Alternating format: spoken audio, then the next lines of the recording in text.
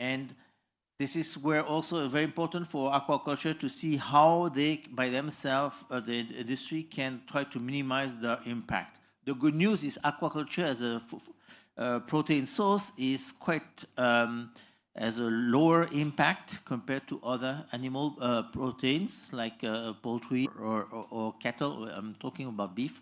Milk production is quite okay. And today, actually, there's a tool that's been developed which is called life cycle assessment, which is trying to address this. And I think the industry needs to work more on generating data on this.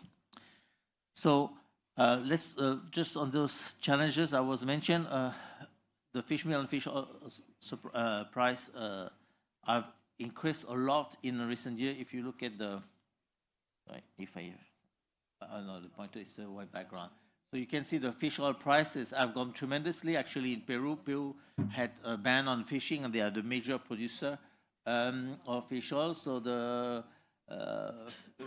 fish oil prices in Peru or Chile went up above $5 per kilo. It's kind of crazy, you know, when you think that, you know, a few years back it was just below $1 per kilo. Fish meal has increased too, so there's a limited supply of fish meal, and the industry, the aquaculture industry, is growing fast. Has been growing fast, maybe a bit more slowly, but demand more and more fish meal. So we need to know how to better use those resources.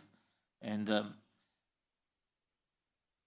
the other one is, again, Dr. Alman mentioned that, is the issue of disease, which are plaguing most of the aquaculture species, whether it's freshwater or marine water, is always a problem. And then there's with it comes the issue of misuse of antibiotics, which represent risk for the populations and for the environment. And finally, the climate change, as I mentioned earlier. And basically, life cycle assessment is basically the idea to try to look at all the environmental and impact from the whole production process of a product, like starting from the raw material extraction to the production, to the distribution, to the use by the consumer, and then how it's disposed. And all this, all those part of the activities around a certain activity, a certain product, contribute to greenhouse gas emissions and other environmental indicators. So one example, very quickly, I'd like to cover is some additives called lysophospholipids. They are obtained by hydrolysis of phospholipid like lecithin. You use an enzyme, phosphorylase, to reduce that. And you generate a molecule which has unique properties, very good emulsifier, improves the mix, very small micelles, so they can be, the lipids can be better digested and absorbed, but also changes the structure of the membrane of the intestinal cells and allowing a better absorption of all types of nutrients. And overall, they have a very strong action on activating a number of metabolic patterns, which can be used to improve the performance of the feed at very low inclusion rate. So this is, for example, we have done some trials, a number of trials. I just take two examples with pancreas and shrimp, where we use a typical formulation to get with juvenile pancreas to create good growth, fast growth under crowded conditions, and we reduce fish oil by level and oil by level of 0.5% up down to 2%, and we were able to maintain or actually improve performance by, although we reduced the oil level and the fish oil level, with just 1 kilo of the additive, we were able to improve the performance. So you reduce the cost, and we have done the same thing with shrimp, where we reduce fish oil and lecithin. Again, 0.5% of fish oil, 0.5% of lecithin, and you still can maintain or improve performance with the help of an additive. So that basically suddenly you have a bit lower reliance on fish oil. You can make more production. You can produce more fish with less oil. And at the same time, which is very important to the farmer, you can reduce your production, your feed cost and the production feed cost per kilo of fish or shrimp produced. So if you just, for example, reduce 5 kilo of fish oil and 5 kilo of lecithin with the help of the additive, with 1 kilo of additive, you can save up to $20 to $30 depending on the prices of fish oil.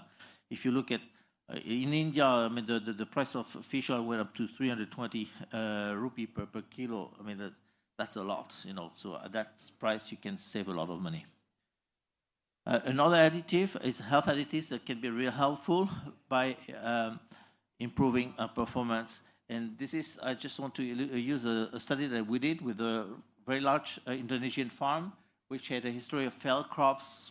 It was basically, they had a lot of disease.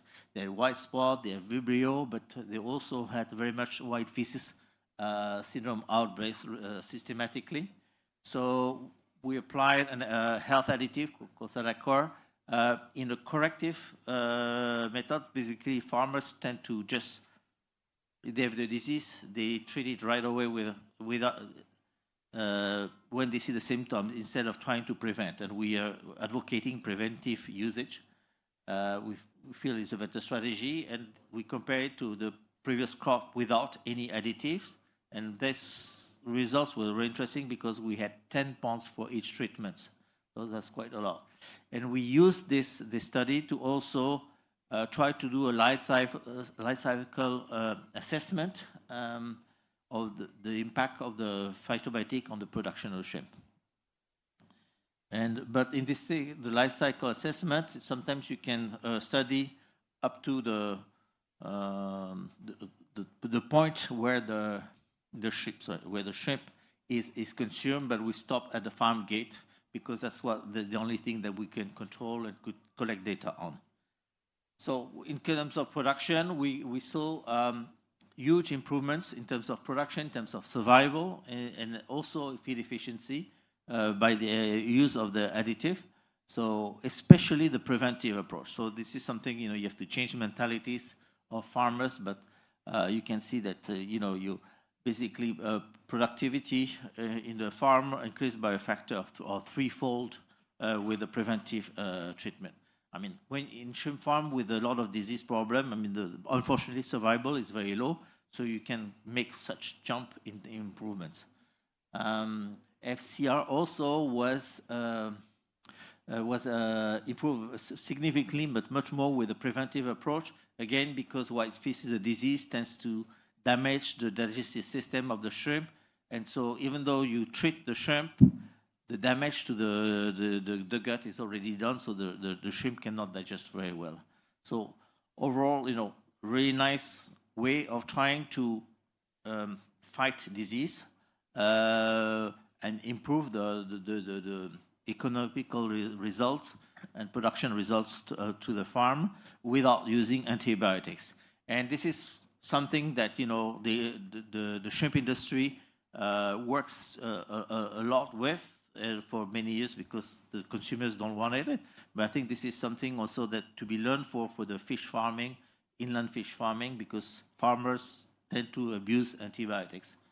Now, we ran the LCA assessment, so we track a number of environmental impact parameters, but I'm just going to focus only on the greenhouse gas emissions, which were all converted to a CO2 emissions equivalent. And what we found when we did this study with a company specialized in life cycle assessment, we saw that there was, you know, because feed is a very big contributor to the greenhouse gas emissions of the shrimp farming, more than 50%. There was a huge improvement thanks to the improvement of the feed performance. So we could see, for example, that the preventive approach reduced CO2 emissions by almost 2.5 kilo of CO2 per kilo of live weight shrimp, and that means a 40% reduction compared to the baseline without using any additive. And also the corrective is less effective, but still had some interesting results. So this is a way, I mean, when you improve performance, you reduce also the greenhouse gas contributions of the activity. So just to conclude, I hope I have not exceeded too much my time. With low inclusion additives, which is represent very low investment, you can really improve the utilization of nutrients and or the health of the shrimp or fight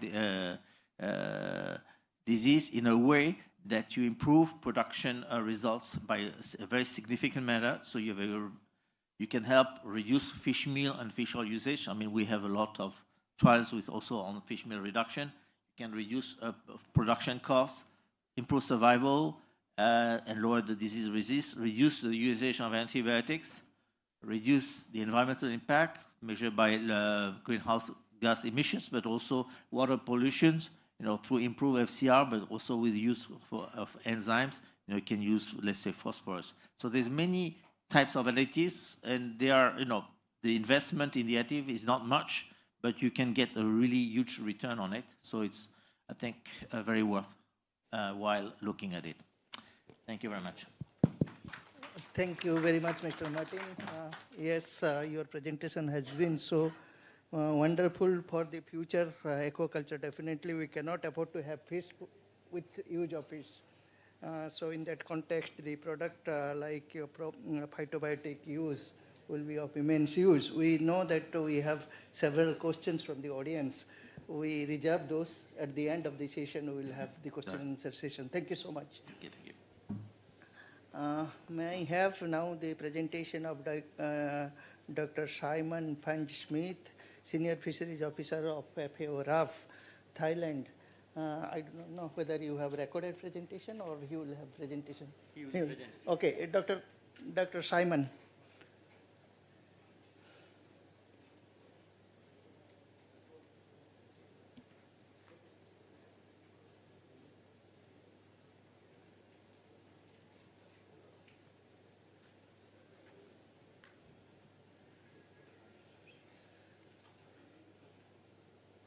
And Dr. Simon will be giving presentation on blue transformation in fisheries and aquaculture.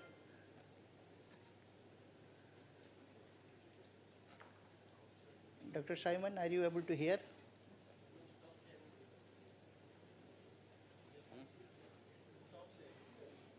Yes, I can hear you. Could you see my presentation on screen? No, not yet. Let me try again. Yeah.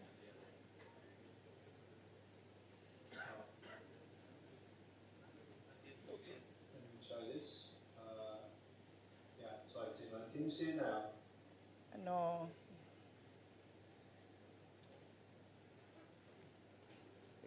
So you're not seeing my presentation? No.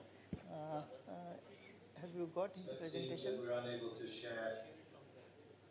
You need to share from your side only because we do not have presentation, I think, in our place. Yeah, I've tried to do that, but it seems it's not prepared to do it. Are you able to?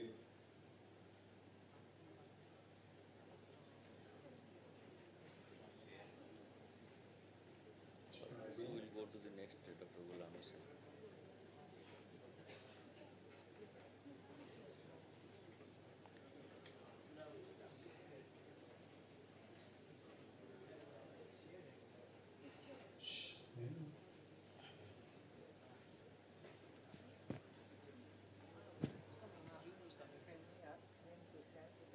Yeah, it seems that the system you have is not allowing this share. Not allowing. Please allow.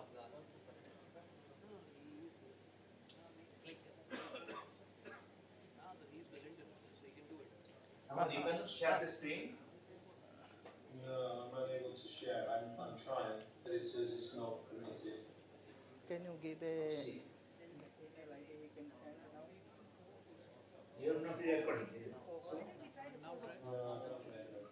can you try now? Can you try now?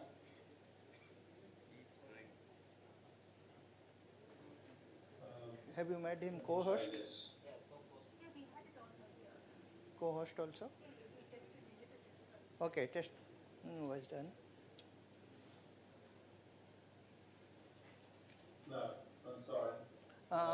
just not. Dr. Simon, can we, if you have time, we can wait.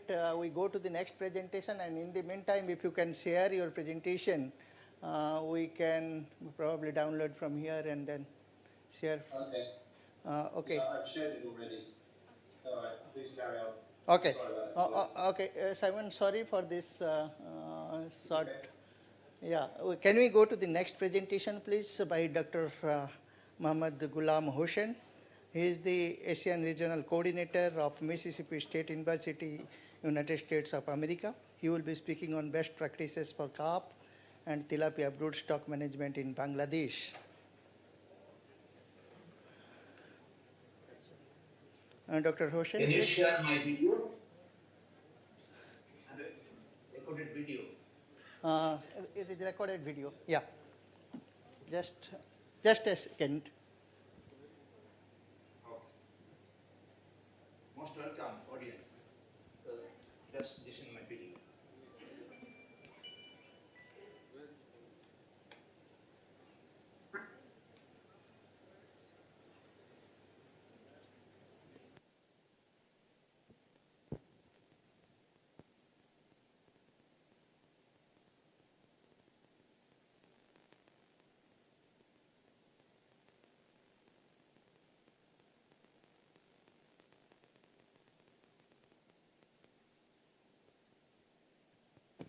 It is fine. You can go ahead, Dr. Hossain. Mr. Chairman, respected participants, ladies and gentlemen, you are most welcome.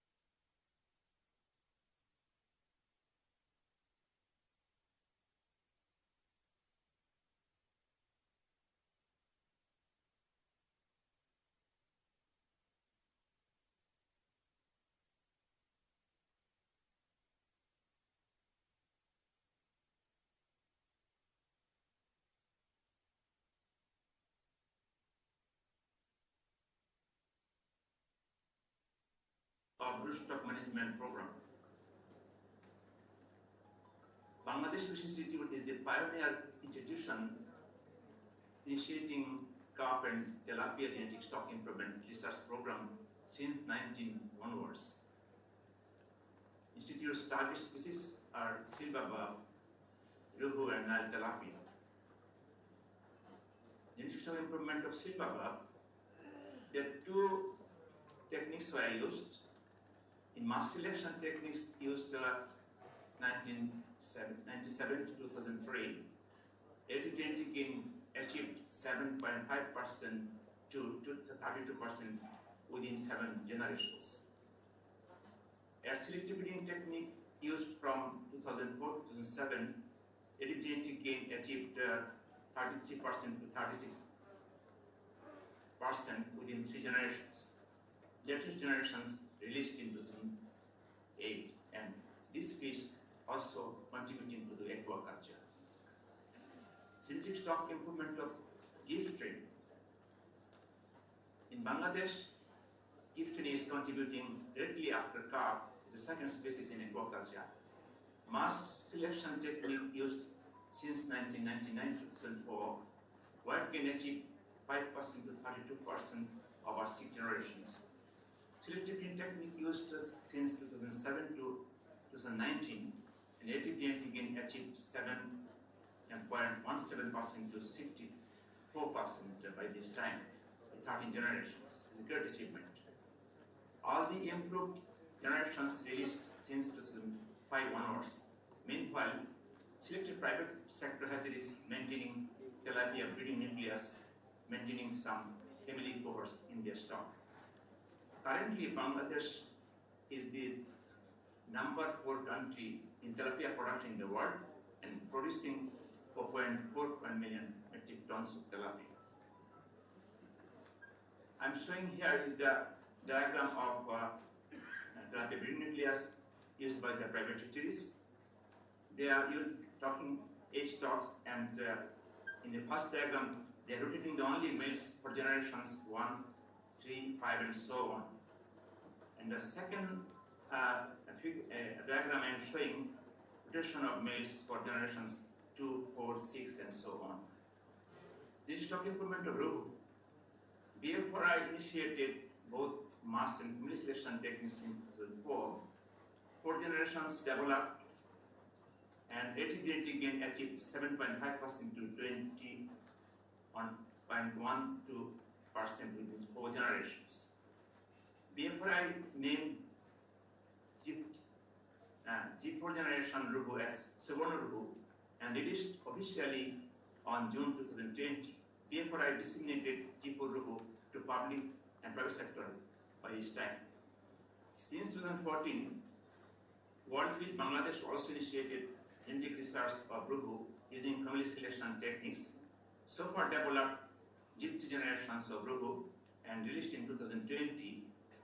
Field Fish Innovation Lab supported this program since 2020, and on-farm trials showing averagely more than 30% better growth than the control groups. And this is the infographics where Worldfish showing their plan of genetic improvement of Ruhu from 1st generation, 2nd generation, 3rd generation onward, and they maintain their plan.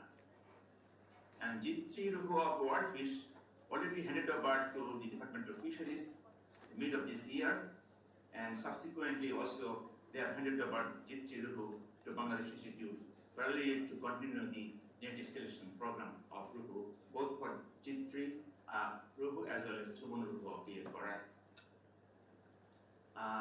Worldfish also maintaining genetic stock improvement of Katla and Silver Cup, and in this genetic plastic diagram I am showing you, the Katla base population was produced in 2016, and Z1 generation in 2019, and G2 generation in 2022, and G3 will be produced in 2025, and after that it will be released to the private hatcheries as well as to the farmers.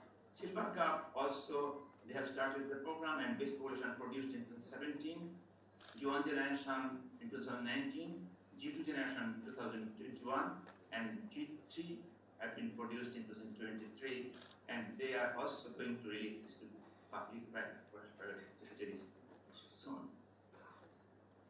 In this protocol for dissemination of carp, improved carp seeds, I'm showing how BFRI and Worldfish is disseminating their stock to the satellite centers of Department of Fisheries as well as Bangladesh Institute.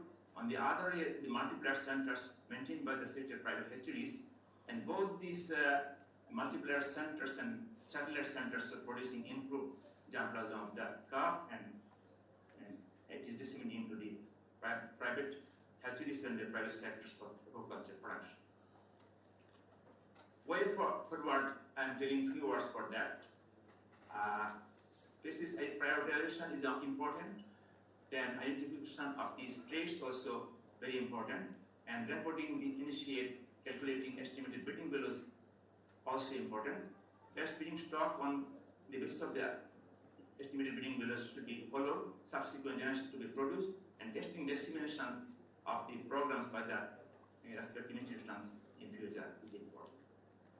I should acknowledge the support and document and concurrence of the Future Innovation Lab for Fisheries University for this presentation at the Global Fisheries Conference in Gujarat, India. Thanks to all for your patient hearing. Thank you very much, Dr. Hussain, for giving an overview of the programs at Bangladesh, especially the genetic improvement program of roe, cattle, and so forth. So we'll have maybe discussion, as I mentioned at the end. May I now request Dr. Simon for his presentation, please. Dr. Simon.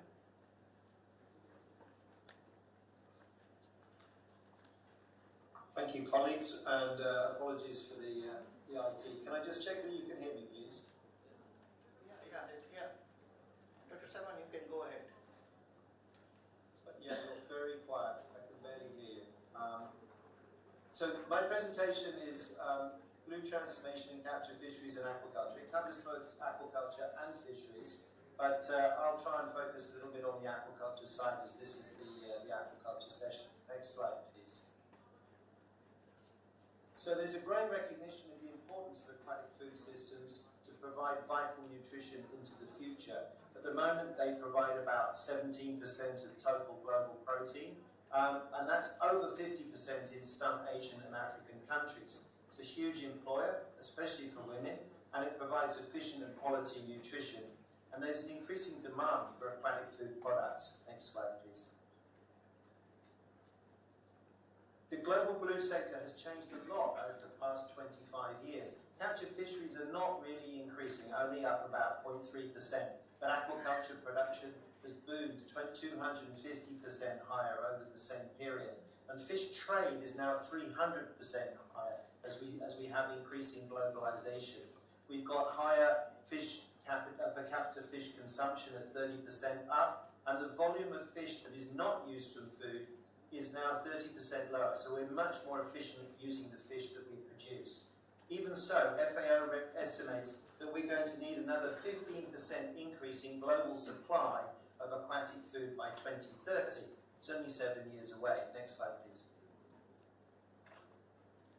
If we look at Asia, we can see the massive impact of aquaculture over the past 2 or 3 decades. There's an enormous increase in aquaculture production. Capture fisheries growth has slowed and stabilized at around 48 million tons, and we have very little prospect of expanding that. If anything, we have to reduce our overfishing of marine capture fisheries.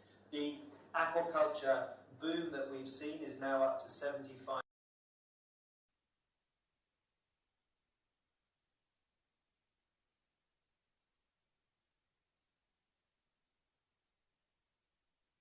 To move aquatic food production into the future.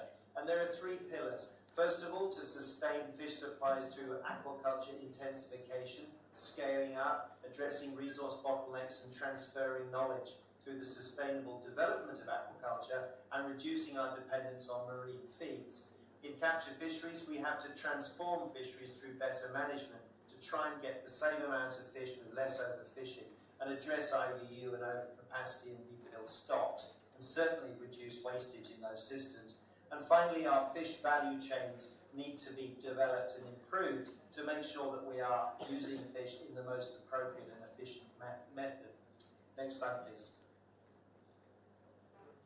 If we talk about aquaculture, Asia is the global powerhouse. It's 89% of global aquaculture production, producing 82 million tons. If we excluding 32 million tonnes of aquatic plants, which again are a massive part of our regional production.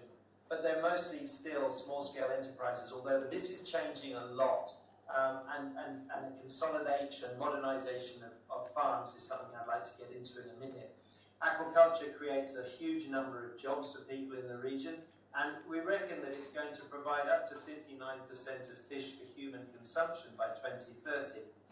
And this means that aquaculture is a significant contributor to food systems in the region, but also globally. And it's a very important part of our strategy for food security and poverty reduction, as that was pointed out by Martin in his presentation earlier. There's also clear evidence of positive impacts on food supply and poverty reduction, as well as rural development, if we do sustainable aquaculture properly. Next slide, please. So in order to sustainably intensify aquaculture, we need to really look at where it's coming from. The majority of aquaculture in the region is still from terrestrial freshwater systems, and these are the lower value fish that feed Asia's population. Only 35% is from brackish water and mariculture, and those tend to be higher value, more targeted at export and luxury markets. So we need to sustain and increase our supply against this massive challenge for land and fresh water and climate change, as we heard from Kunamon earlier. Intensive low water use systems are becoming less risky with IT and improved reliability of infrastructure. So there is a lot to be done there. And certainly we can do a lot more with mariculture based on extractive species. And noting that anything we try and do in marine finfish is still going to put us into that fish meal trap. We need to escape that dependence on fish meal. We need to look at lower trophic level species and get more innovative with feeds, as we heard earlier. There's also a potential for offshore higher value mariculture, but this is really in the luxury end. But it is available with the IT and technology that's around, and certainly will provide jobs and boost the economy. Importantly, we have to regulate farms and zoning and siting and the environmental footprint of aquaculture, because this is really underpinning our entire basis of our system to intensify. Next slide, please. Asia is also home to our most diverse capture fisheries in the world. Huge number of species, and also a very enormous number of ways and diversity in how they're caught and processed. But the problem is that they're not very easy to manage, particularly our tropical warm water fisheries, multi-species, multi-gear, and we don't have a very good handle on how to manage these effectively. We also do not really have very good data collection and management of those systems, and we are tending to overfish these.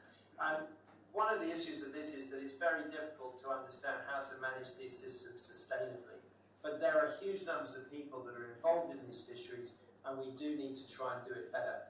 And there are success stories coming in the region now. We're seeing countries getting to grips with assessment, looking at clever ways to manage vessels using IT and technology and registration of vessels and tracking them, but also looking at clever modelling and computer techniques to look at how to manage multi-species, multi-gear fisheries. Even so, a huge amount of our fish still comes from the small-scale sector. We're not very good at understanding how to manage these. And certainly when we take the large-scale sector and commercial side and try and apply some of the management approaches to the small-scale sector, they don't fit very well and can be quite inequitable. So we need a lot of training in that. Transformation of fisheries management in the region is where we need to go, and certainly we need to look at data-limited stock assessment methods for management and strengthening data collection systems. We need to improve management plans and get to grips with co-management and include fishers in that, and use innovative compliance enforcement methods, particularly building on IT and remote sensing type methodologies. And we need to integrate and align national and regional management systems to move towards a sustainable management of stocks, particularly shared stocks.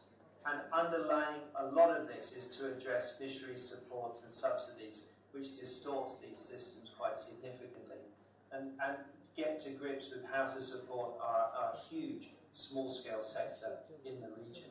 Next slide, please. The region is a huge importer and exporter of seafood, We tend to import cheaper stuff and we tend to export more expensive stuff. Even so, trade is massive, and this is intra-regional trade, but also we are looking at an enormous increase in the supply of fish to the region.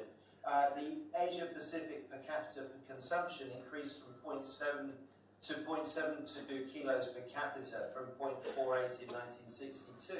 But in the equivalent time period, the rest of the world has declined. And so there's a huge disparity in fish consumption here. But it just goes to show that our region is a massive producer of fish, but it's also a massive user of fish. And fish will remain very big on menus for this region. So if the rest of the world starts to increase its demand, what's that going to do for us in terms of value chains and our supply? Next slide, please. In terms of upgrading those chains, we do need to keep aquatic foods as part of healthy diets, but we have to keep fish production within sustainable boundaries. That you can't just keep extracting without paying the cost. And I think we've heard that in this presentations about disease and impacts on mortality and also other things related to overfishing. We need to look at the trade barriers and also get really to grips with the zero waste and circular economy of the fish sector.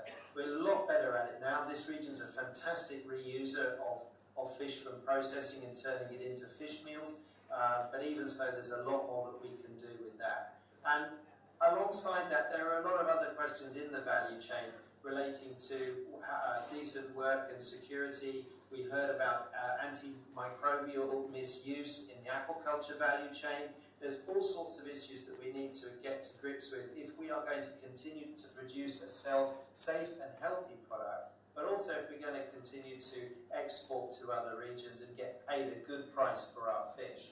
So this is an area that we still need to focus on, not just try and max out production at all costs, because that's really a zero-sum game for the future. And this is something that I think there's plenty of learning going on about this, plenty of innovation, but it's something that hasn't filtered through yet to regulatory systems. And underpinning, again, all of this, the issue of subsidies and distorting markets. This is something that is certainly we're going to have to tackle this if we're going to keep our systems sustainable. Next slide, please. Finally, what are we trying to do in the region? We need to increase our supplies of sustainable blue foods and fisheries and aquaculture. We need to move towards evidence-based fisheries management, and that includes improving the data for decision making. The same would go for aquaculture as well, getting our intelligence systems, optimizing or using IT and big data to start to understand our systems better, to understand the impacts of climate change and how to feed more efficiently and how to run our systems and tune those systems. And we need to move towards improving the small-scale sector ability to farm fish in a reliable and low-risk way, and to de-risk that for them, to keep them in the game, but also help them start to intensify as well within limits. We can also start to look at low-carbon systems. Again, we heard about this and how important it is to try and reduce the carbon footprint, but also how that's easy if you farm efficiently and effectively. And I think there's a big message for that. And finally, the cool chain infrastructure and logistics to help us stay in the game of moving fish around. It's a highly perishable product. It's the most highly traded food commodity in terms of value in the world. And yet we still need to get it out to places and preserve it better and reduce loss and waste in those systems. And a lot of this is going to rely on blue finance, and this is a very exciting area that's coming in now. The innovations and technology and investment that is being driven by venture capital, private sector investment. And again, this is hugely important for aquaculture transformation. With that, thank you very much. Thank you very much, Dr. Simon, for a wonderful presentation, giving overview of the blue transformation, especially Asia Pacific region. So we'll have a discussion at the end, as I mentioned. We go to the last presentation by Dr. Rex Dunham, Professor of Urban University. Technology. Yeah. Okay, this will work better if I share my screen. If not, we can either do the video or you can advance slides if you receive them. Shall we try to share screen? Yes, yes. Can you share, please? I'm going to try. No, he will No. share. He will share. Oh, He share it.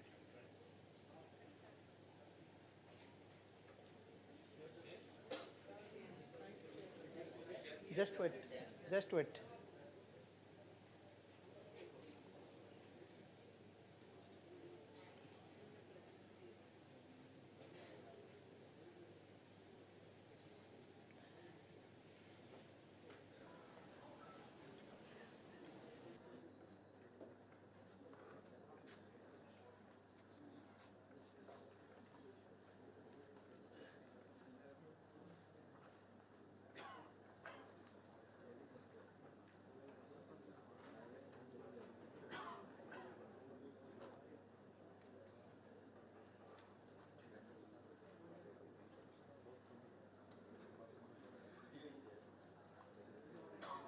Dr. Rex, if you have any problem, we can share from this Okay, side. I'm having trouble trying to figure this out, so let's just go ahead and do the recording. Okay, great.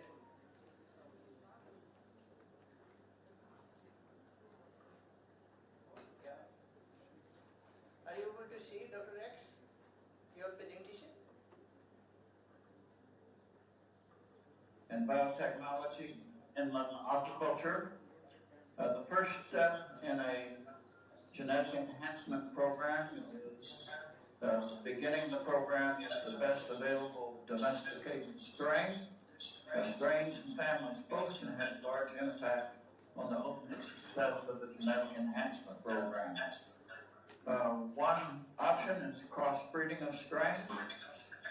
This particular program, in regards to body weight, is not successful every time, about a quarter of the time, with the maximum improvement being about 50%. It's more consistent in improving disease resistance, with the possibility of doubling the disease resistance. It's also fairly consistent in increasing reproductive rates. Interspecific hybridization very seldom results in an improved fish in aquaculture settings, but it does potentially have pot of gold at the end of the rainbow. In the case of North American catfish, 50 hybrids have been evaluated. Only one, the China catfish female plus blue catfish male, shows heterotic performance in an aquaculture setting. But this may be the best example of genetic improvement ever, as the F1 shows improvement for about 8 to 10 different traits. In general, interspecific hybridization is fairly consistent in increasing harvestability and disease resistance. It's also quite valuable in tilapia aquaculture, as some F1s are monosex, resulting in greater growth and control of reproduction. Selection has been evaluated in many aquatic organisms. That's been used to develop new phenotypes and colors in ornamental species. It has a high heritability for body conformation. In regards to other production traits, it's very effective for improving body weight, successful about 90% of the time, resulting in about a 7% improvement per generation. So some long-term experiments have doubled and even increased the growth rate by 1.5-fold. It's fairly consistent in improving disease resistance, again upwards to a doubling, and also most reproductive traits have a high heritability. And there's been a considerable amount of QTL research done, but very little real markers of selection. However, in the Japanese flounder, markers of selection has resulted in a line that's almost totally resistant to lymphocytosis. Genomic selection has only been researched a few times. It is successful but the data so far does not show that it's dramatically better than traditional selection. Polyploidy has been widely evaluated. Its best application is to induce genetic sterility. In the case of fish, it seldom results in faster growing fish. However, in the case of shellfish, it's very successful in inducing sterility, growth enhancement, as well as increases in flesh quality, which is also sometimes a result in triploid fish, increased flesh quality. Xenogenesis is a method of reproduction in which successive generations differ from each other and no genetic material is transmitted from the parent to the offspring. This is analogous to human surrogacy, except instead of the host carrying the baby of the donor, the host carrying the gonads and gametes of the donor. The xenogenic zebrafish have been developed that are capable of producing either silver Daniel sperm, goldfish, or mudloach sperm.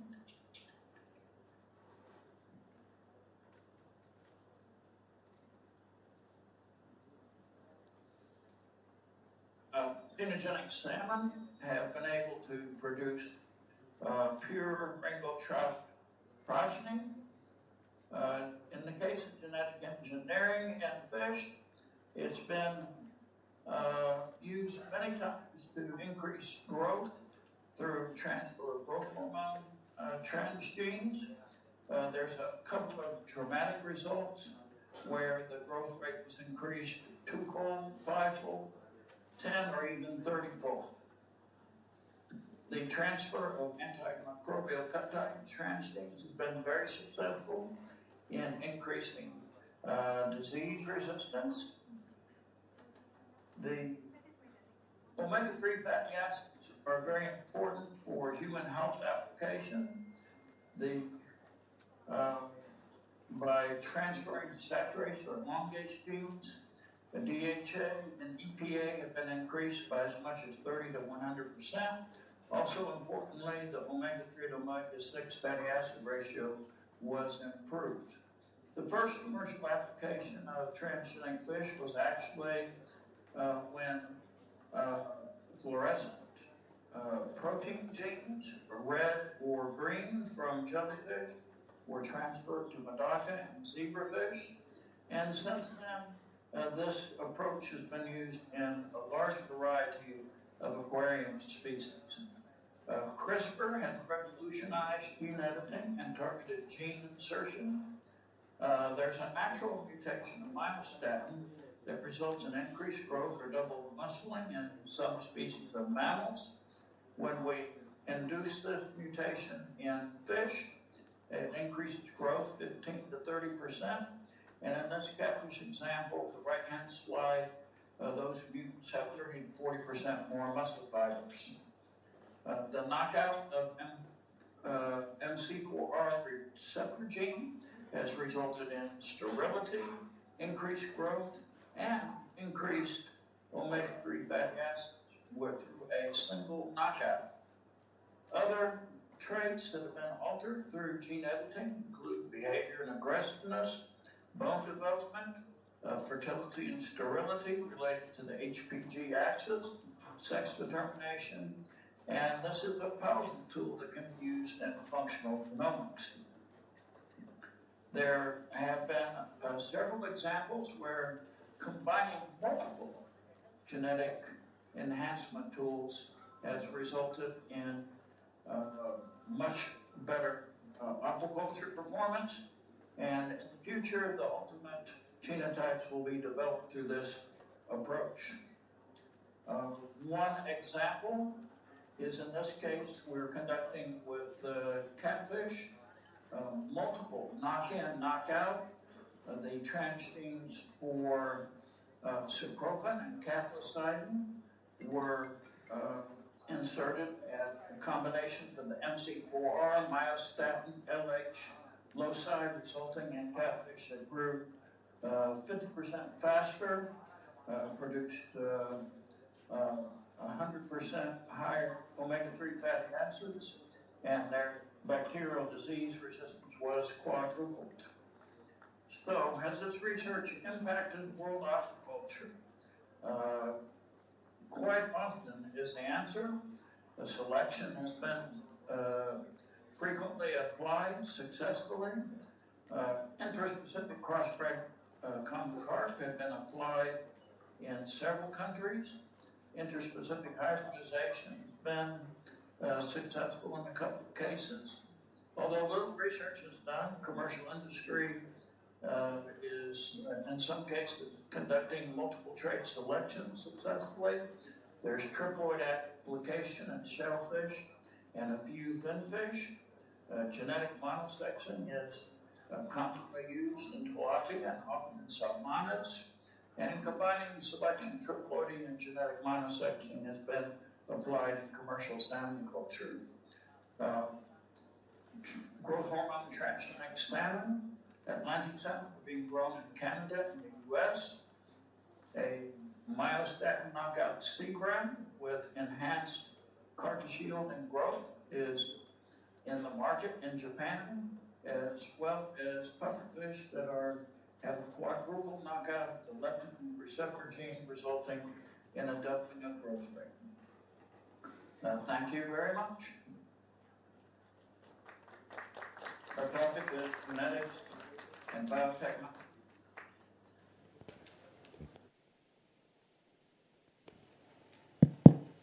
Thank you very much, Dr. Rex, for taking us from the conventional selection to latest technology of genome editing. I'm sure the audience enjoyed your presentation. Now we have completed 5 presentations by 5 lead experts from all over the globe.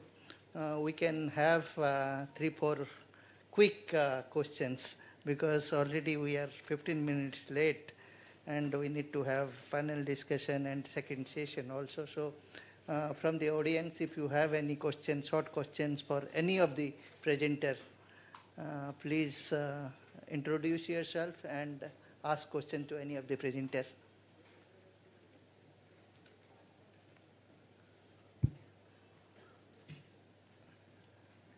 No? Any one of you like to have any question? Yeah, Dr. Giri. Microphone. Can you give microphone? Any additional microphone do you have? Yes.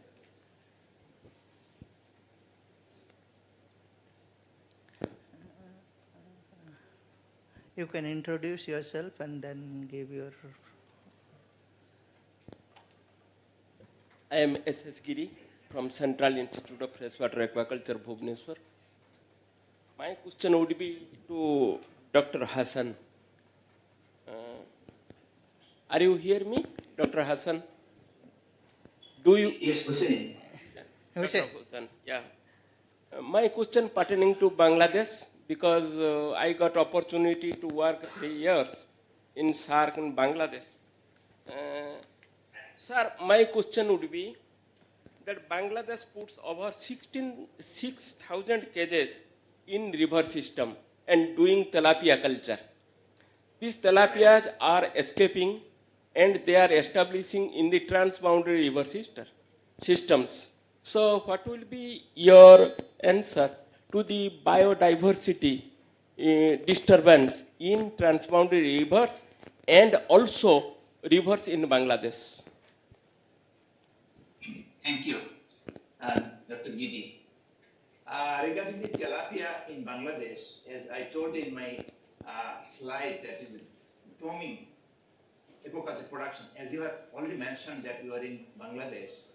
Also, farmers are trying the river system like Dakatia River in Chandpur, as well as northern part of Bangladesh, Sirajganj, some other places where I have visited because I have a lot of work with tilapia. But until today, tilapia did not show any biodiversity issues in Bangladesh.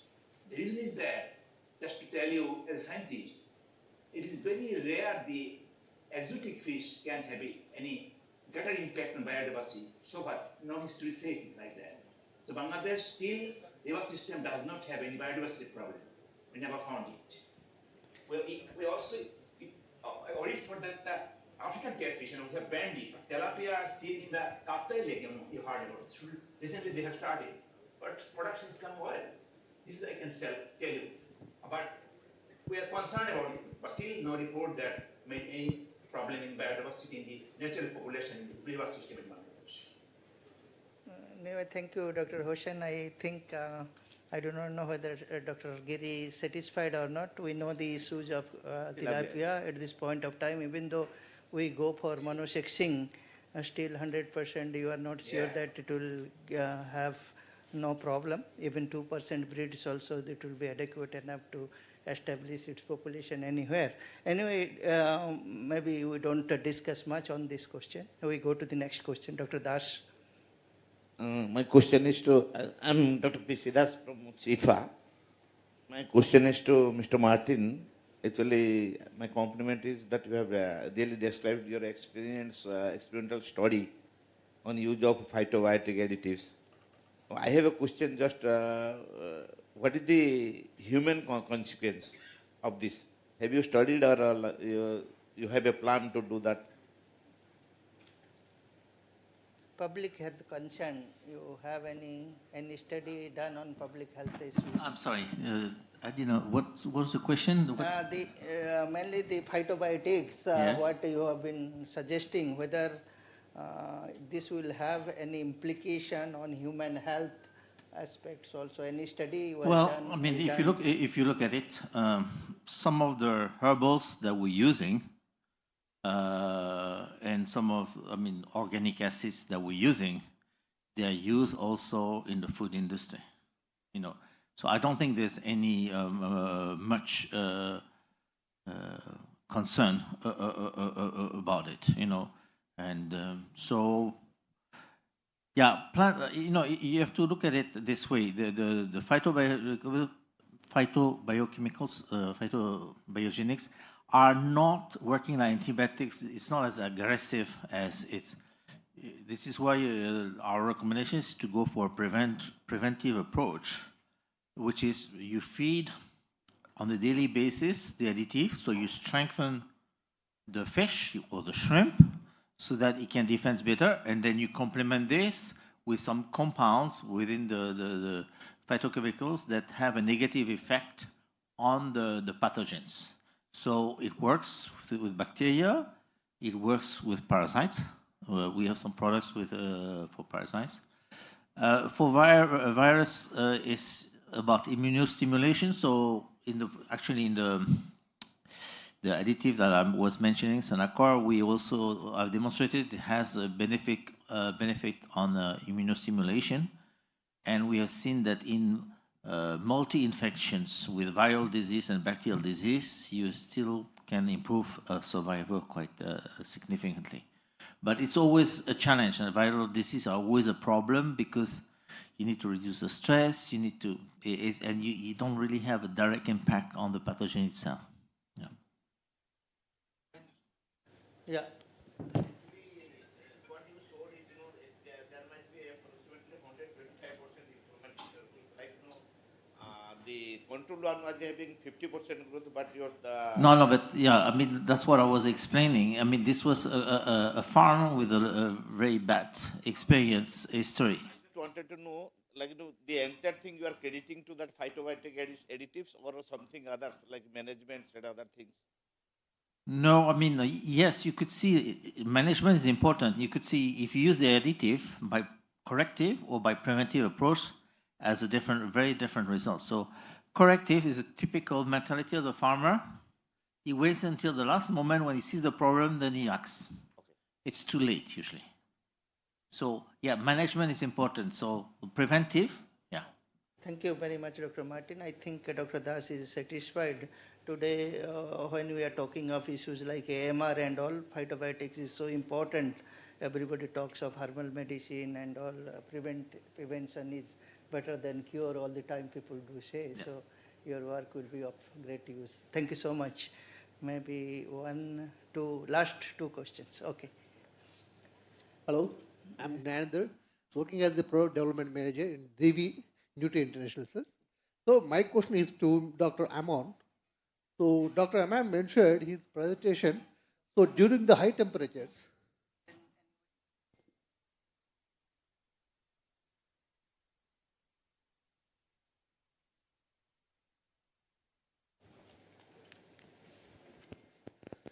So during the high temperature, you observed high mortalities in fishes.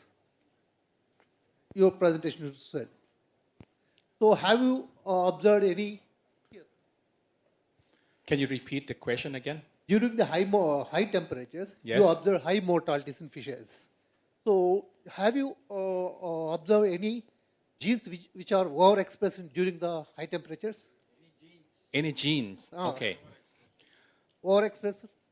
We keep we start doing molecular DNA study already, but we haven't found the particular gene that express and then allow the fish able to resist to the stress and the infection of Streptococcus as well.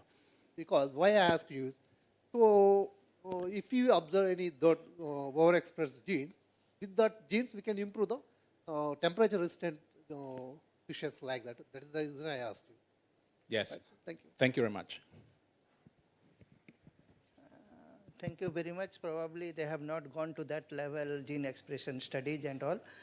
Maybe future, those who are working on genomics and all, you should be working on that. Thank you so much. Maybe last one question. Okay. Hello. Another question to Dr. Amon. Yeah, Rex. Hi, my name is Afiq, and I'm from University of Malaya, Kuala Lumpur, Malaysia. So, other than bacterial infection, have you observed any viral infections such as PILV? And Okay, that's not widely studied. However, there is some data with rainbow trout where they transferred the sarcopin gene, and they were not only able to improve bacterial resistance to bacteria, but also resistance to salmonid viruses. And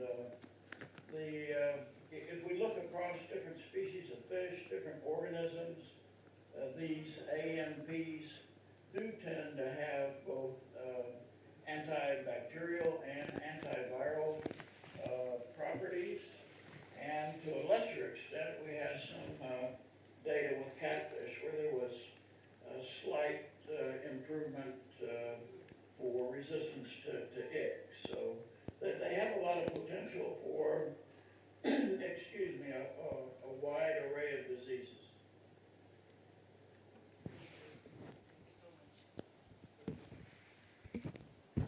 Thank you very much, Dr. Rex. Any more question? No? Last question. Okay, I have been telling you everyone is last. This is the last.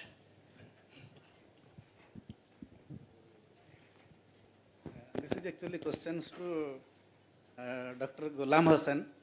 Actually, in his presentation, he has told that in Bangladesh, 500 tilapia hatchery is there, and 0.4 million metric ton tilapia they produce.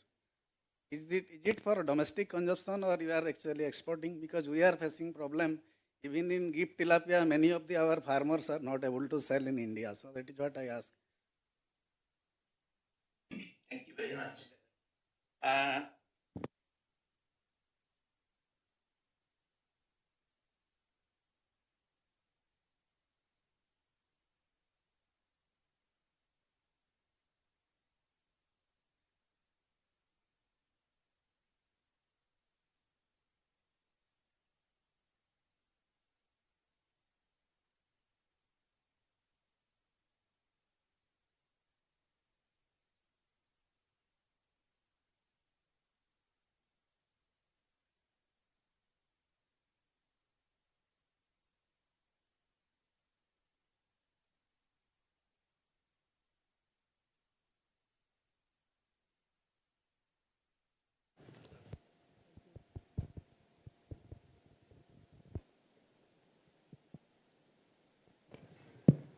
Thank you very much. I think even though our audience has got several questions, due to time constraint, we will not take any more questions further.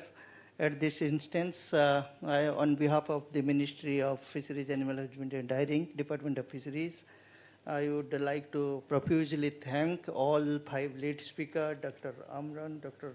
Martin, Dr. Simon, Dr. Hoshen, and Dr. Danam for your wonderful presentation. Your presentation have definitely excited our audience.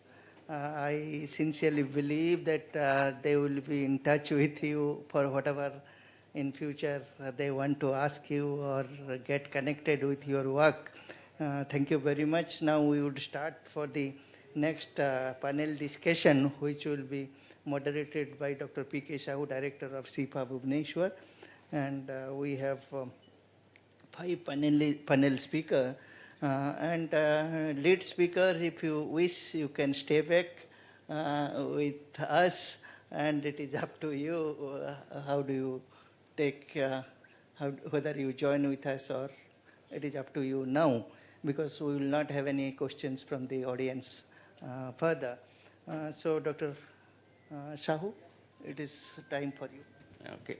Thanks, Chair, and good afternoon, everybody, once again. And we had five very interesting presentations on climate change, how climate change is going to influence the future.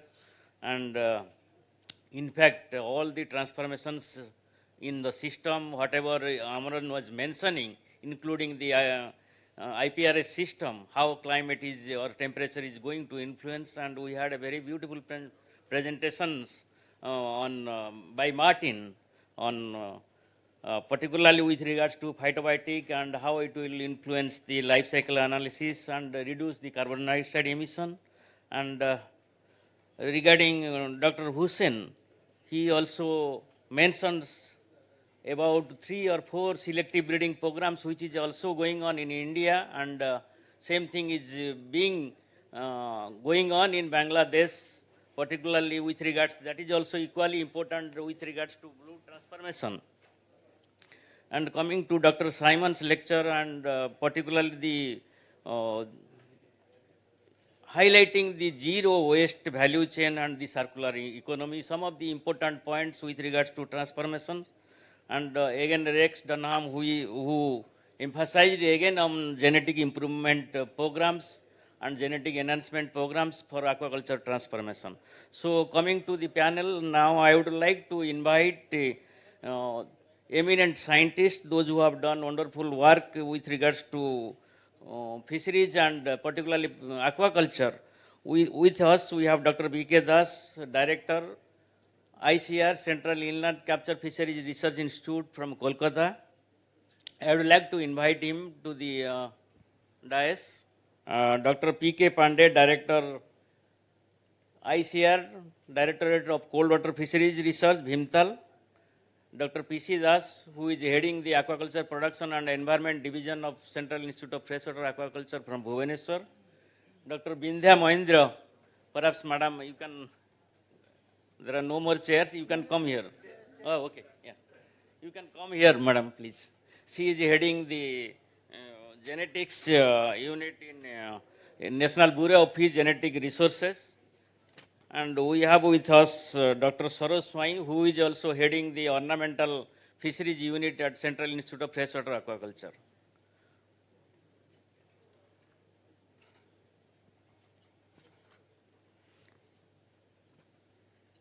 Just I was mentioning about the lead presentations which we have listened. In fact, 3 of our presenters, they mentioned about the climate, how climate is so much vulnerable to the aquaculture industry. And tomorrow perhaps we have to live with that particular challenge. And if you will see, whether it is freshwater aquaculture, whether it is ocean, the temperature is going to play a major role. And how it is, the temperature is going to influence the habitat loss, or whether it is ocean acidification or deoxygenation, all those things. So we have with us Dr. P.C. Das, who is working on climate change modules.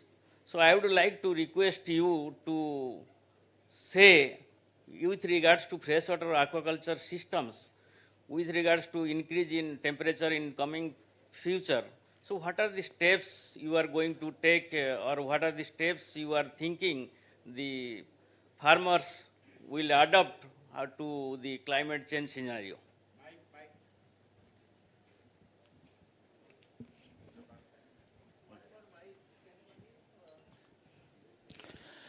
Thank you, sir. Thank you for giving me the opportunity to participate in this important discussion.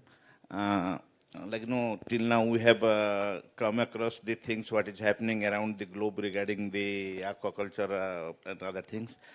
I'll rather apprise about what is the situation right now in freshwater aquaculture in India and in Asian countries. There are ambiguity in whether climate change really affect freshwater aquaculture or not. But if you want me to tell in a nutshell, then we can tell that particularly, yes, it has significant effect on aquaculture. It has both direct effect and indirect effect. But direct effect, what we are finding is in a breeding disruption kind of things in freshwater aquaculture, because carp, particularly carps, you talk about major carps, exotic carps or minor carps, they form a major group contributing more than 76% of our total production, inland, aquaculture production. And what we are seeing in breeding, there is a shifting of breeding season because of the shifting of rainfall, rainy season, first one. Then we are also seeing narrowing down of the breeding window. That is very important. Normally we get 2.5 months to 3 months of breeding season, but nowadays probably we are not getting this kind of breeding window in carps. Sometimes it may exist up to 1.5 months. So that is an important thing. Then another thing is because of this variability in temperature, we get a lot of variation in the, an inconsistency in the survival of the seed. That is another effect we are getting. But of course, we have a solution to this also.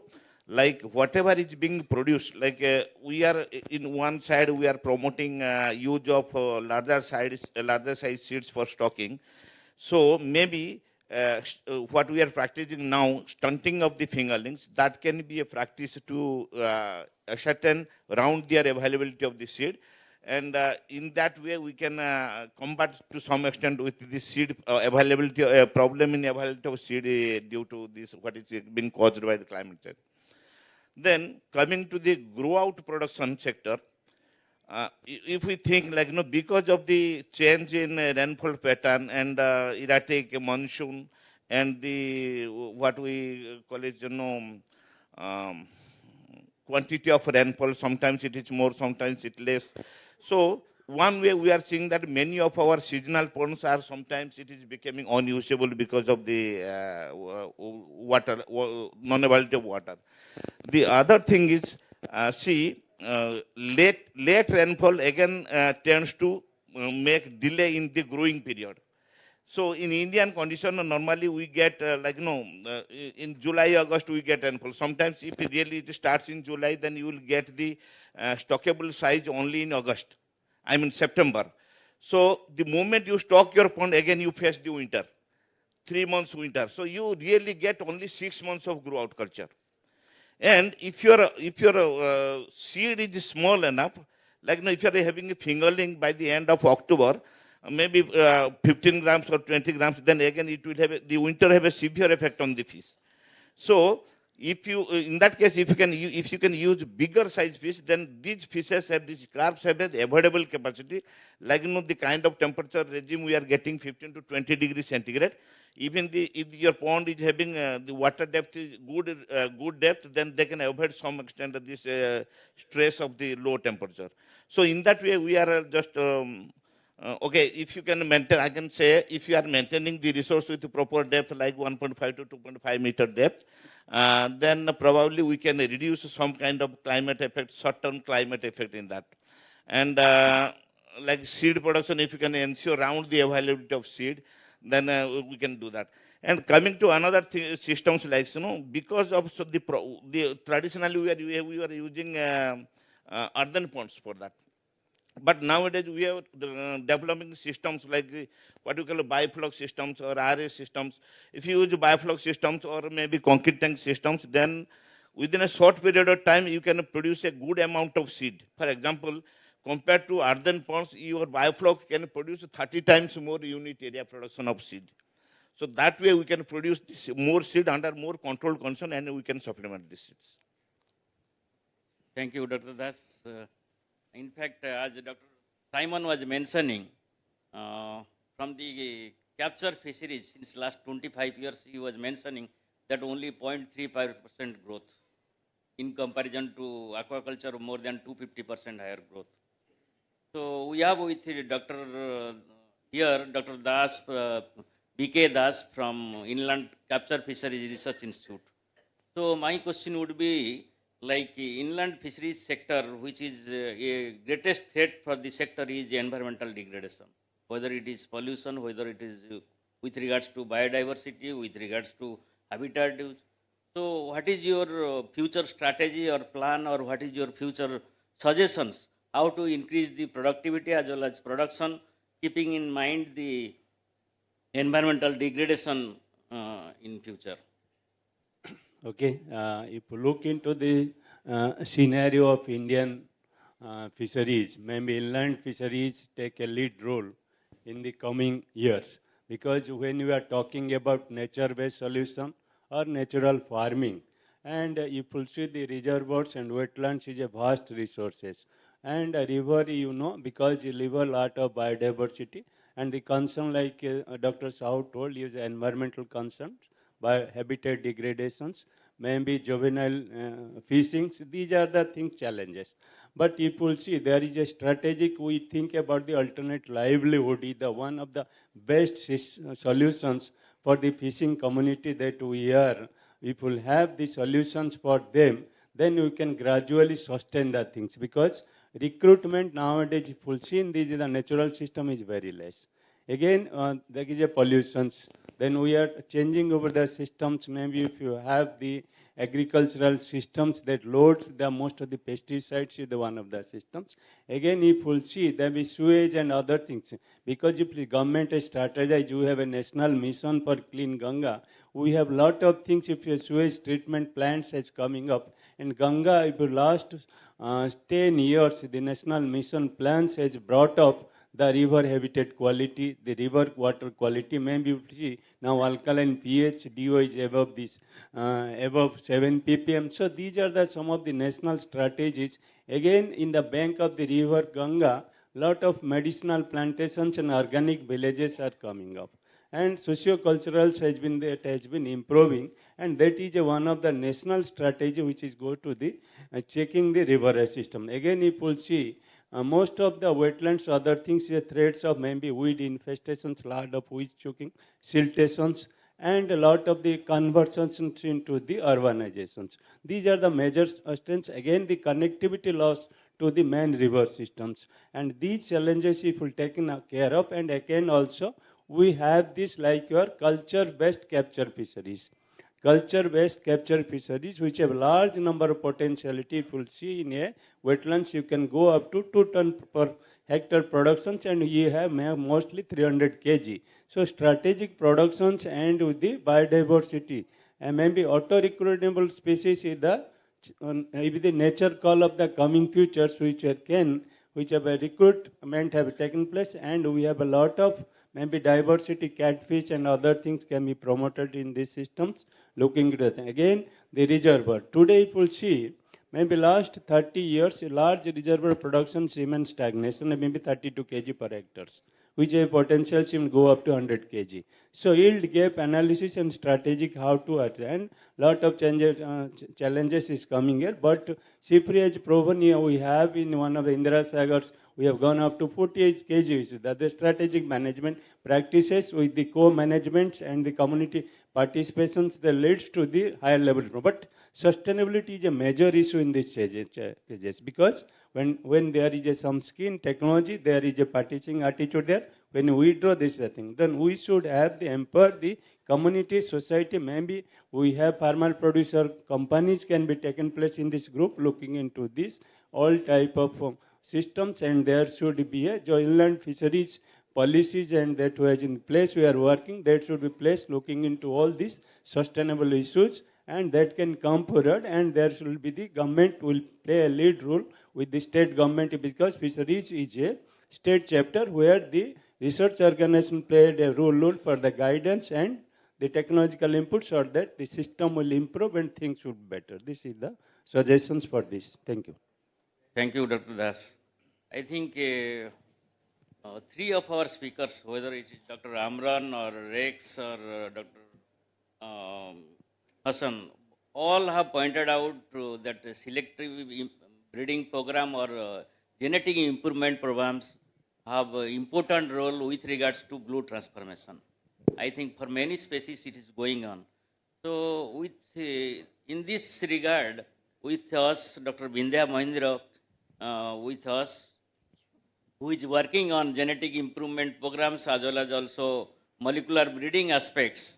I would like to request her to say a few words. What is the future plan or strategy for a country like India? How do you feel, with what regards we should go ahead with regards to genomic selection or genetic improvement programs? Thank you. Thank you for giving me the opportunity to speak my few words about it. As you know, India fishery sector is the fastest growing agriculture sector in India. And India is the third largest producer, fish producer, second largest aquaculture producer, fish producer, and the fourth largest exporter in the globe.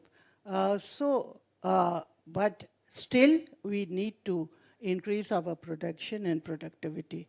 Now, how to go about it? Few earlier speakers have also spoken about the genetic improvement programs, and that is the need of the hour. In India, we have now the few genetically improved strains of the aquaculture species like Jayanti, that is Jayanti Rohu, which is in the 13th generation of the selection, and it is giving 50 to 60% higher growth. And then GI Katla, that is a genetically improved Katla, that is by ICR system, that is the third generation. And then even in GI Scampi, the selective breeding programs have been going on. And in Indian wine shrimp also under the PMMSSY, that is the Pradhan Mantri Matsya Sampada Yojana. Now the selective breeding programs for the higher growth and disease resistance has been initiated. Now what is the next steps in these? Under the different genomic programs in India, and especially under the ICR-funded CRP Genomics, that is the Consortium Research Platform on Genomics, many of the genomic information in these aquaculture species have been generated. And now there is an opportunity to use these genomic information in the selective breeding programs, such as the genomic selections. Till now, the selection programs has been going on with the traditional way, and with the genomic selections, it will be more faster, more precise, and it will be the few lesser generations in the selective breeding programs. And with the genomic information that have been generated, and when to be generated in future, the genes which are associated with the commercial traits, those can be identified. Genomic markers can be identified, which can be used in the genomic selection programs. With the genomic information being generated and generated in the aquaculture species, now we can make use of the CRISPR-Cas technology for modification of the genomes for higher production or the commercial, for higher commercial traits like higher growth or the disease resistance. These are kinds of the opportunities that is coming up with the genomic information that is now being generated or have been generated in these aquaculture species. Second scenario is that that we have India is a vast country, and we have many seed producing hatcheries. And in those hatcheries, the broodstock management and the quality seed production is one issue.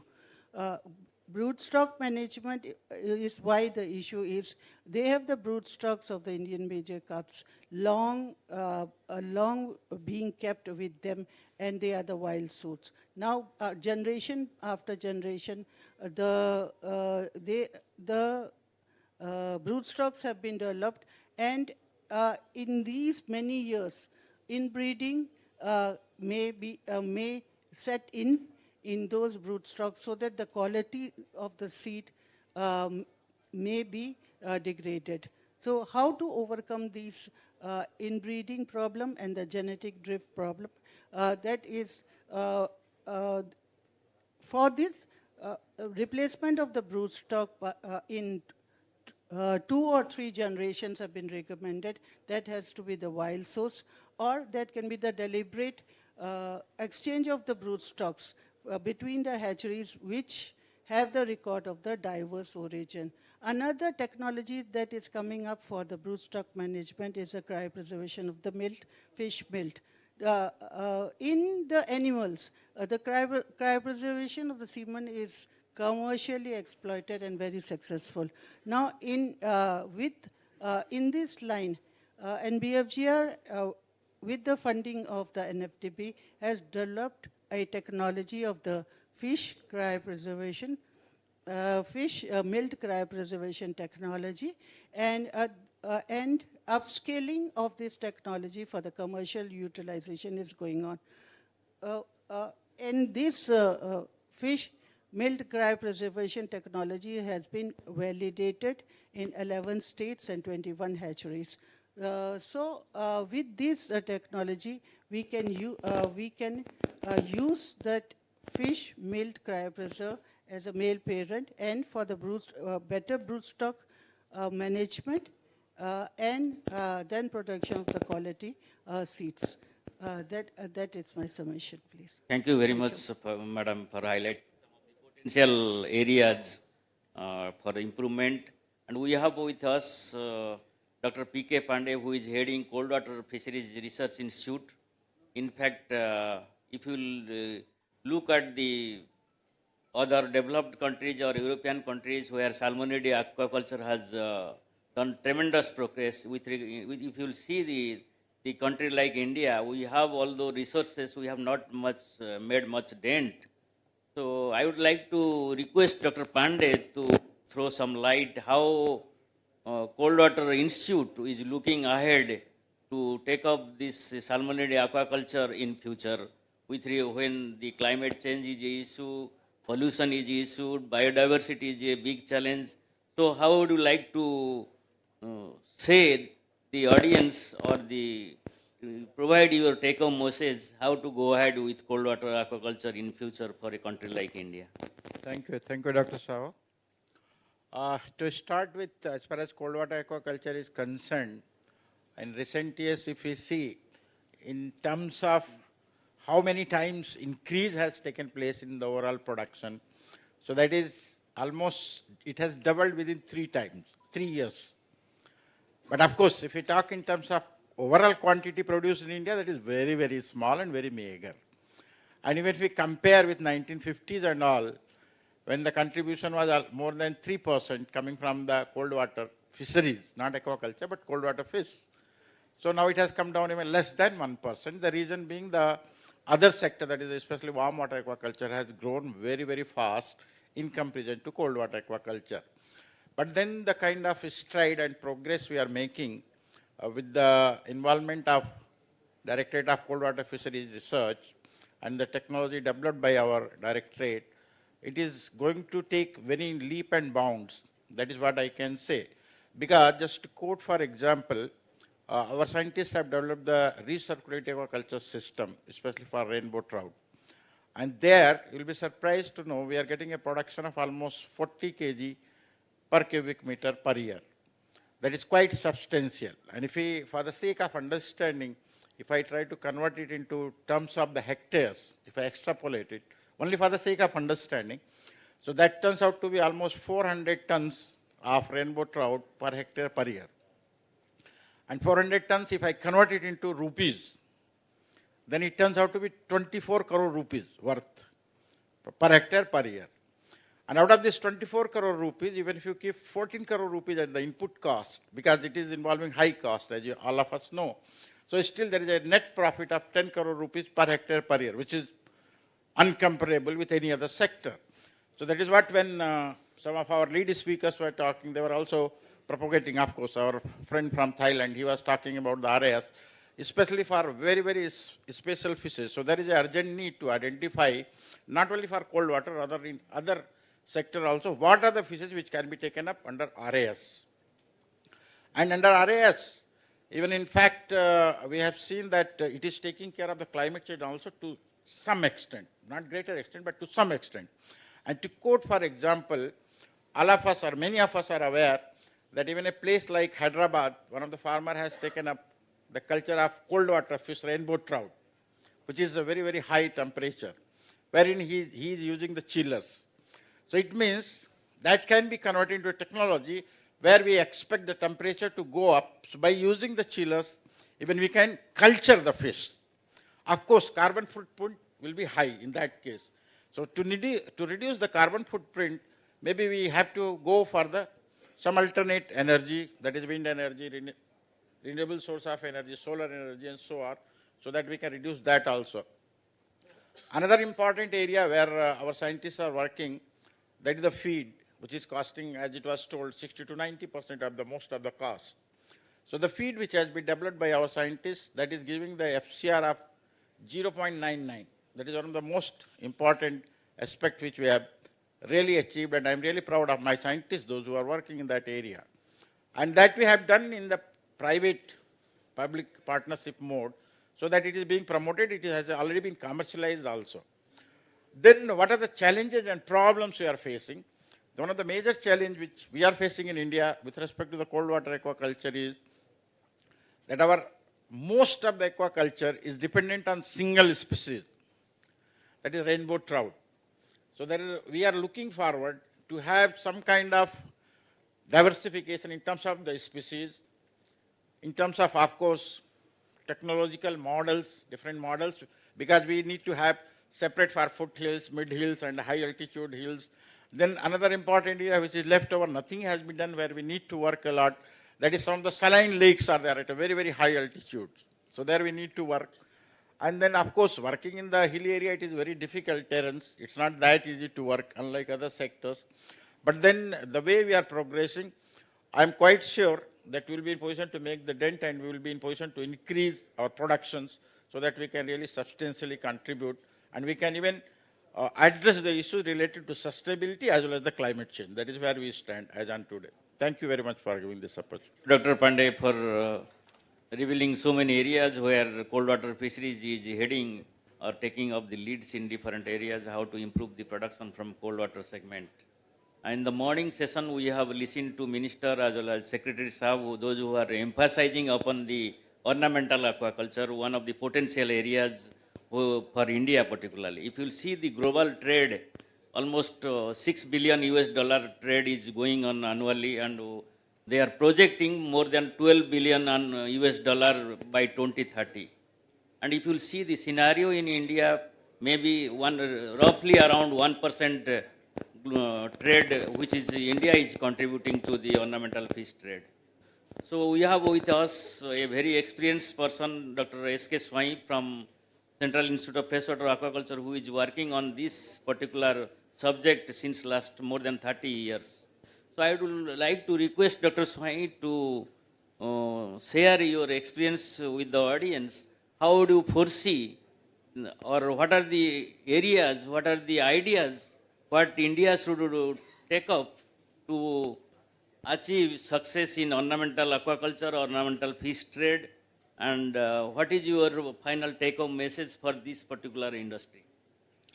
Thank you very much, Dr. Sahu, and the dignitaries and the August gathering here and my panelists. Good evening, everyone. In fact, ornamental fish is a very, growing subject now. And people, they love to keep aquarium fish in their houses and different places. They feel pleasure out of it. And the market is also growing. Recently, that Pradhan Mantri Matsya Sampada Yojana, which have been allocated that 640 crores rupees, which has helped a lot to the in this development of the sector. But I must emphasize here some of the important major challenges here. That market is expanding and market expansion is going on, and we have to tap the middle, capitalize the large customer base households which are located in urban areas, because they are the buyers, they are the users.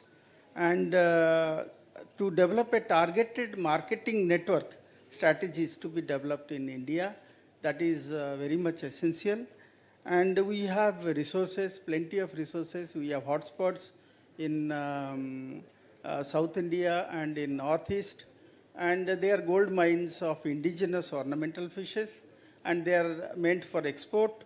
Of course, some of the ornamental fishes of India are being used in Indian trades, and which are very colorful also. So that needs to be, that resource needs to be utilized and conservation has to be made. So this is very important area, and we have to identify and leverage these resources and implement sustainable practices to ensure the conservation of indigenous species. This is very important. Then technology enhancement and networking, that strengthening of networking, that is very important. As you know that we all research institute, ICR research institutes have developed a network project under the leadership of our chairman, Dr. J.K. Jena, DDG Fisheries. And we all scientists in different ICR institutes are working on different areas of ornamental fish, captive fish production. And that is also still going on.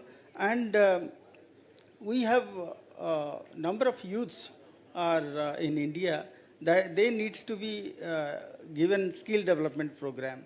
This is very important. In many states, I have visited many states in India where some of the youths, they need training, they need skill development program. And we have to tap that resource from the youth and in ornamental fishery by providing training programs, educational resource programs, and encourage the adoption of ornamental fisheries as a viable and renewable, rewarding profession. This is very important.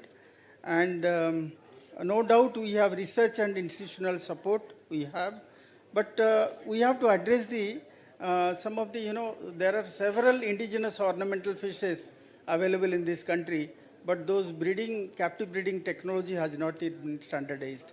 So that is very important to standardize the breeding technology. And unless and until we develop the breeding technology, we cannot go for export, because we cannot go for exploiting our nature. And some of the endangered species which are taken to the other countries, foreign countries, and that is again the germplasm is going to other countries, and they are developing the breeding technology. So this is very important. And regulation and certification of implementation, this is very important. So we have to introduce a certification mechanism to ensure the quality and authenticity of the ornamental fish. This is very important. And we have to collaborate with regulatory bodies to enforce ethical practices and discourage biopiracy, and develop a comprehensive database to track and monitor the domestic aquarium trade. So for that reason, we have a project from PMSSY, and we are working on it. And we have to go for international market expansion. This is very important, where we have to identify and promote indigenous species and establish partnership with international experts. So this is very important, and these are some of the areas to be looked into. And I am sure with the help of the Government of India, the Pradhan Mantri Matsya Sampada Yojana, the way the funding is done to the different states, and mostly Kerala and many other states, they have got a huge amount of money, and definitely this ornamental fish industry will grow in future day to come. Thank you very much. Thank you, Dr. Swami. Thanks to all our esteemed panelists, those who have shared their valuable suggestions, ideas, areas for development. In fact, we have not touched upon all the challenges, all the opportunities, whatever is there in inland aquaculture sector within this short period. But almost with our esteemed panelists, we have figured out many important areas where the country should invest or work or take forward the research activities to go ahead with the challenges and how to address those challenges. So with this, we are going to complete the panel discussion. I would like to invite any questions if it is or if audience are having with regards to this particular session. Before that, I would like to hand over the mic to our chair, Dr. Jaina. He will speak or summarize this whole session. Then we will close this session. Thank you very much, Dr. Sahu. Already we have exceeded the time limit and the second session has to start. So we do not have much time. Before we go ahead, we are fortunate to have Honorable Secretary DOF, Dr. Likhi Shah, and Madam Niti Prasad, Joint Secretary, Marine Fisheries also. Sir, if you have anything to say.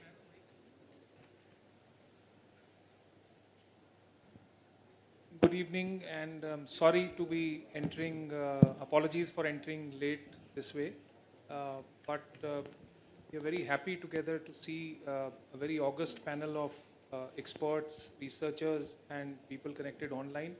I just have one question.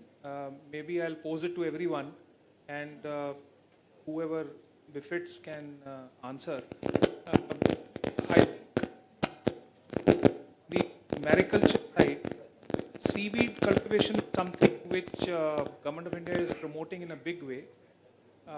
Now, as I have understood in the last 4 months, we have some processors who are working in the area of seaweed sort of products connecting to the market.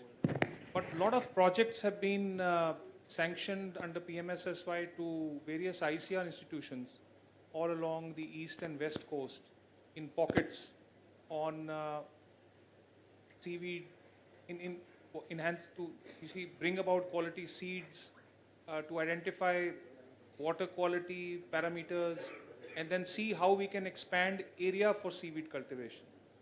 At the same time, we are having ICR institutions, say, for instance, working in Kori Creek area, where the same R&D issues are being tested out. At the same time, we are feeling the need to bring in somebody who does commercial seaweed cultivation. So we have a pilot running with a private entrepreneur who's trying to train farmers either in monoline or tube net method, etc. But somehow there seems to be a critical gap between the R&D happening in terms of water quality parameters checking or area expansion, and how do you commercially market seaweed? How do we fill this gap? How do we make it a pilot or scale it so that seaweed cultivation sees a jump in the next 5 years? That is the kind of query I have in my mind.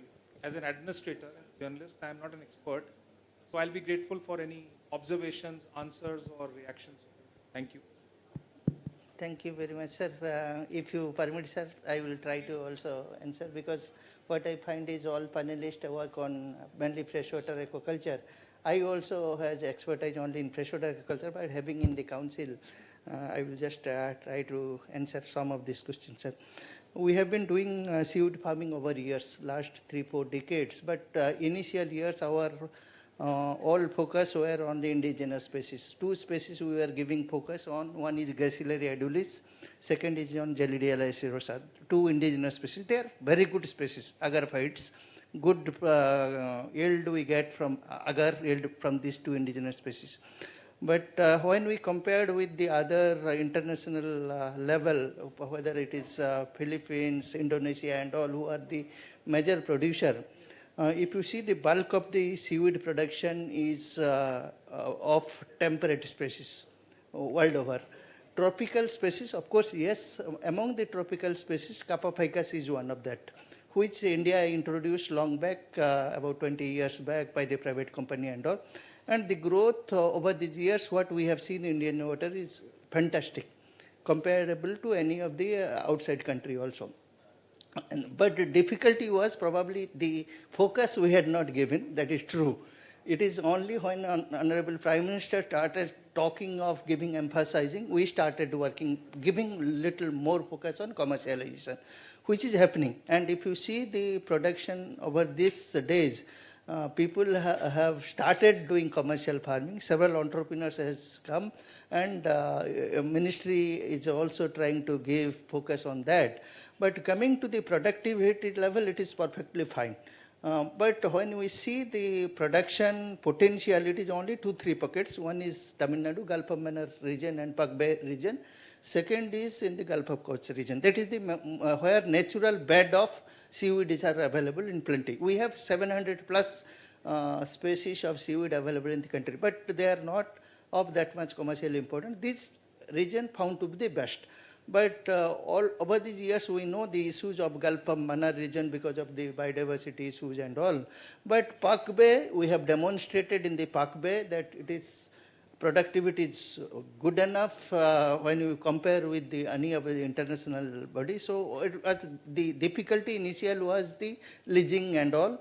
There was a conflict between the fishers and the producer. I'm sure ministry is working to resolve this conflict. But one more important aspect we need to give focus at this point of time is the germplasm.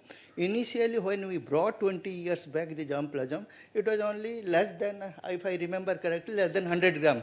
Was brought. So it is high time that we bring some good germplasm from outside country. We are trying from our side, Niti Aayog and sir, we will also discuss. So ministry's intervention is necessary to get those.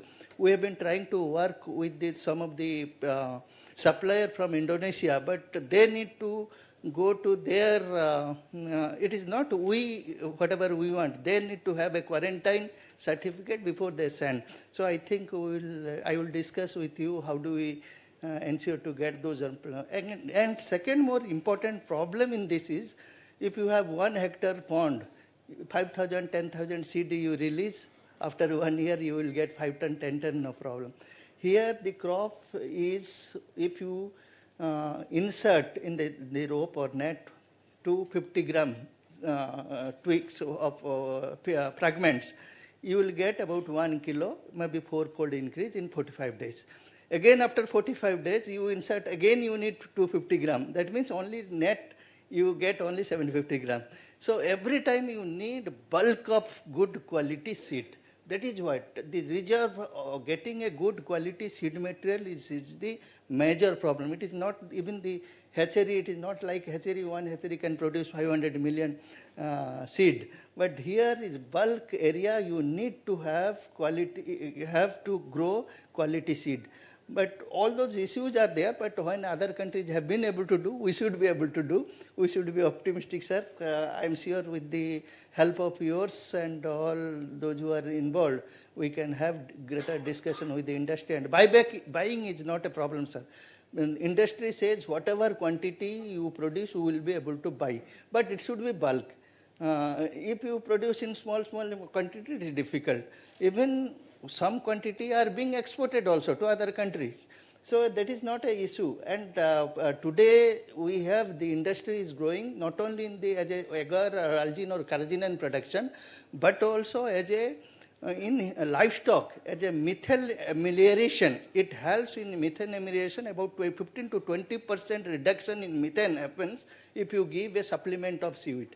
So there is a huge industry which requires such a huge amount of seaweed. So I am optimistic, sir. We should be able to meet the expectation. Thank you so much, sir. Already we are late. Just to summarize, maybe I will take 2 minutes, not more than 2 minutes. Sir, One more question. Anyone question? Anyone like to?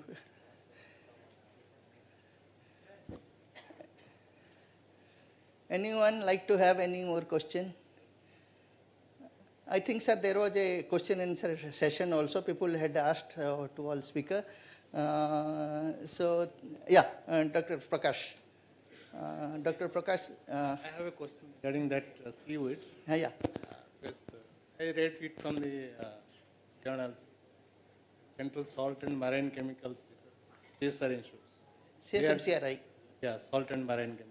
They are doing some research on tissue culture of the seaweeds. Yeah. So that can be the solution if tissue culture is propagated for this. Yeah. We are talking about germplasm, but tissue culture is propagated like horticulture, tissue culture is got the revolution. So that can be thought of. Okay. Tissue culture is something you will have to ensure the seed. But what we are telling is this 20 years back some seed was brought. Unless you have an exchange, like in fish, if you use the same brood all the time, there will be a problem of inbreeding depression problem. That is the same thing. Our stocks, we have been using the same stock over the last 20 years. So it is high time that we get those seeds from the natural stocks. After that, we decide whether we go for tissue culture or XYZ. So yes, it is a good proposition only, not only tissue culture, but spore formation and all people are talking of. But these are long way we should be working on different species. When you work on different species, different approach we will do. Thank you very much.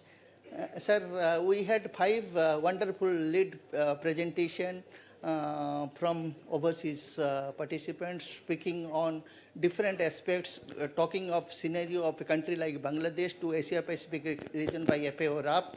So Dr. Simon spoke, Dr. Dunham spoke about the genetics and mainly the biotechnological approach which we want to see in coming days, including the genome editing, genomic selection and all. So all 5 presentation has been quite interesting, and I'm sure we will be having link in coming days also. And as you saw, sir, 5 panel speakers spoke on different aspects of aquaculture, including biotechnology and ornamental also. And including Dr. Pandey spoke about the cold water fisheries, Dr. Das on reservoir fisheries, cage aquaculture, and Dr. Das speaking about climate resilient farming, inland aquaculture and all. So friends, nothing much to say at this point. All of us know the expectations of ours. Government of India has set a target 22 million ton in another 2-3 years, and when you look for another 25 years, maybe we need to again double the production to 34 or 36 million ton. So Herculean task. When we see we know that still we say it is a sunrise sector, but the challenges all of us know.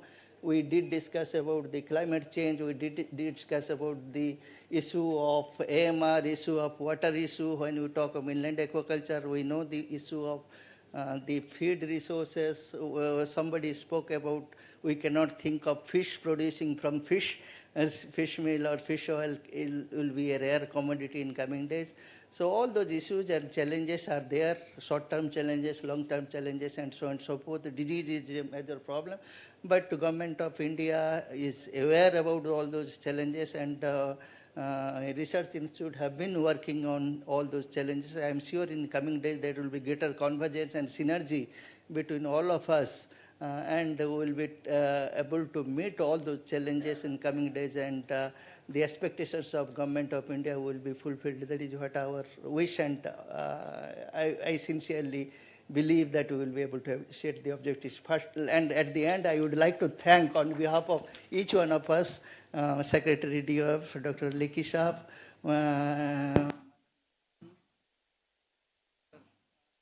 Sagar Mehraji, on all the team, wonderfully.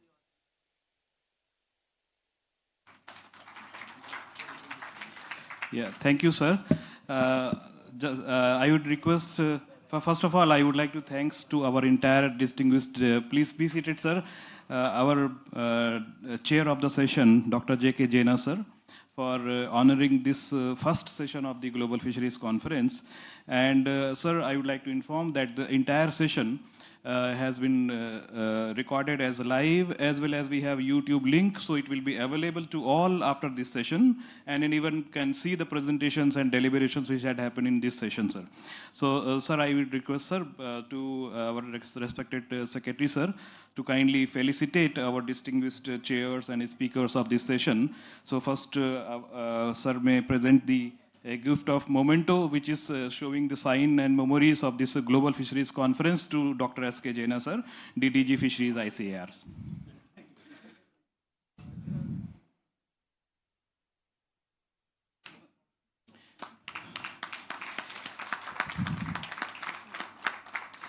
Now I would request our secretary, sir, to kindly felicitate Dr. P.K. Sahu, Director ICR SIFA Bhubaneswar, being a moderator of this session, successfully conducting this session.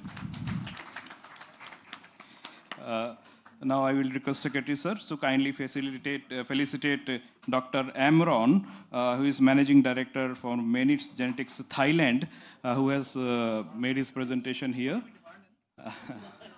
Yeah. Dr. Amron, please. Thank you, sir. From a special thanks for you to come here.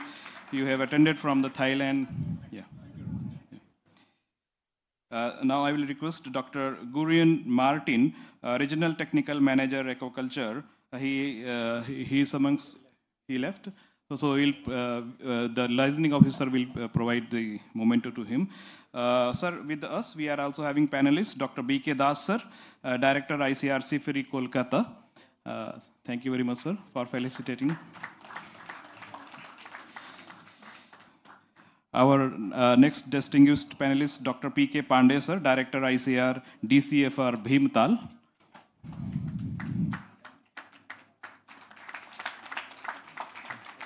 Thank you very much, sir.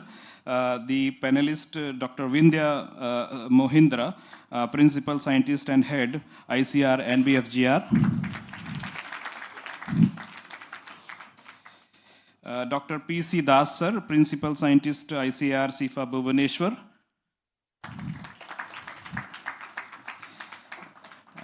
Dr. Saroj Swain, sir, Principal Scientist from SIFA Bhubaneswar. Thank you very much, sir.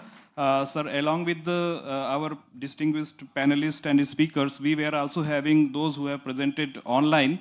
So we are, from our side, from Department of Fisheries, we extend our big applause to all of them for being with us and they've given their valuable presentation, sir. Thank you very much, sir. So, yes, sir, Dr. Muta and Dr. Ghulam Hussain and some of the speakers were there. Because of time gaps, some have left. Yeah, Dr. Ghulam Hussain, if you are there, we thank you very much from here, and we thank you for making your presentation and being with us. Thank you very much. Yeah. I'm very so pleased to join Yeah, Dr. Muta, if you are here, are you listening us? So we felicitate and we extend our warm welcome and thanks to you for being with us during this entire session. Yeah. Thank you, sir. So thank you very much for this wonderful session we had today, sir.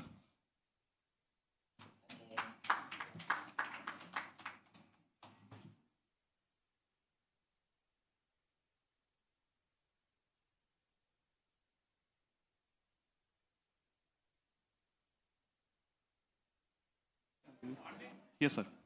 Sir, thank you, sir.